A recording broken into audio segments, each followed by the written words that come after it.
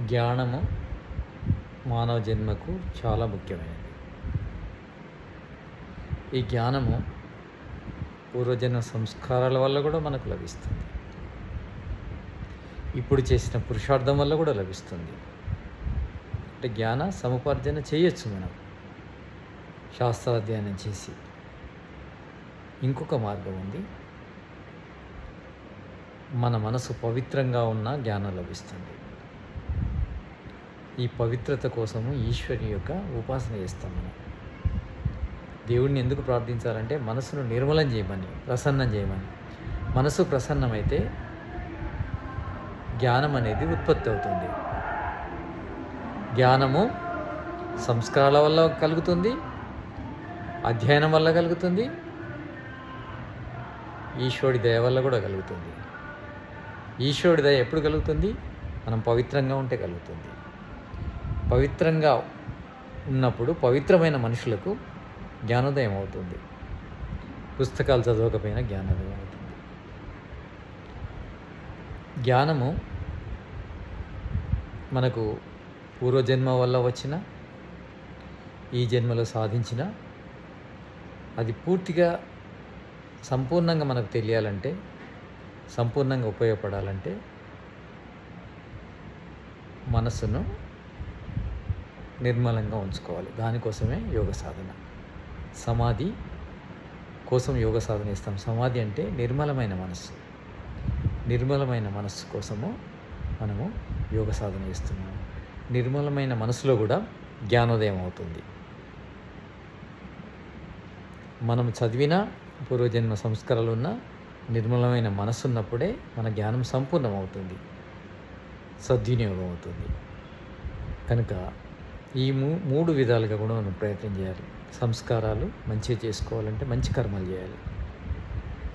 తర్వాత స్వాధ్యాయనం చేస్తుండాలి. అధ్యయనం అనేది ఆపకూడదు, నిరంతరం రీడింగ్ అనేది ఆపొద్దు. మంచి పుస్తకాలను ఎప్పుడు చదువుతూనే ఉండాలి. వేదాలు, ఇంకా ఋషి గ్రంథాలు, మంచి మంచి శాస్త్రాలను మనం ఎప్పుడూ అధ్యయనం చేస్తుండాలి. మంచి కర్మలు చేస్తుండాలి, మంచి పుస్తకాలు చదువుతుండాలి, ఈశ్వరుని ప్రార్థిస్తుండాలి. తప్పకుండా మనకు సత్యజ్ఞానం కలుగుతుంది. ఈశ్వరుని ప్రార్థించడం ఎందుకంటే మనసును నిర్మలంగా ఉంచడం కోసం, పవిత్రంగా ఉంచడం కోసం. పవిత్రంగా ఉంటేనే మనకు సంపూర్ణ జ్ఞానం లభిస్తుంది. ఈశ్వరుడి యొక్క జ్ఞానము పుస్తకాల జ్ఞానం కంటే ఎక్కువది కనుక, ఆ పుస్తకాల జ్ఞానం కూడా ఈశ్వరుడి నుంచి వచ్చింది కనుక, వేదాది శాస్త్రాలన్నీ కూడా ఈశ్వరుడి నుంచి వచ్చాయి. వేదాది శాస్త్రాలు కూడా పవిత్రమైన ఆత్మల మనసుల యందే ప్రకటించాడు ఈశ్వరుడు.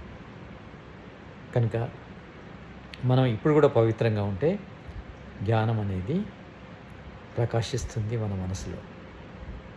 అందుకే యస్మిన్ రుచః సామ యజుంషి యస్మిన్ ప్రతిష్ఠితా రతనాభావివారాః యస్మిన్ చిత్తగం సర్వమూతం ప్రజానాం తన్మే మనః శివసంకల్పమస్తు.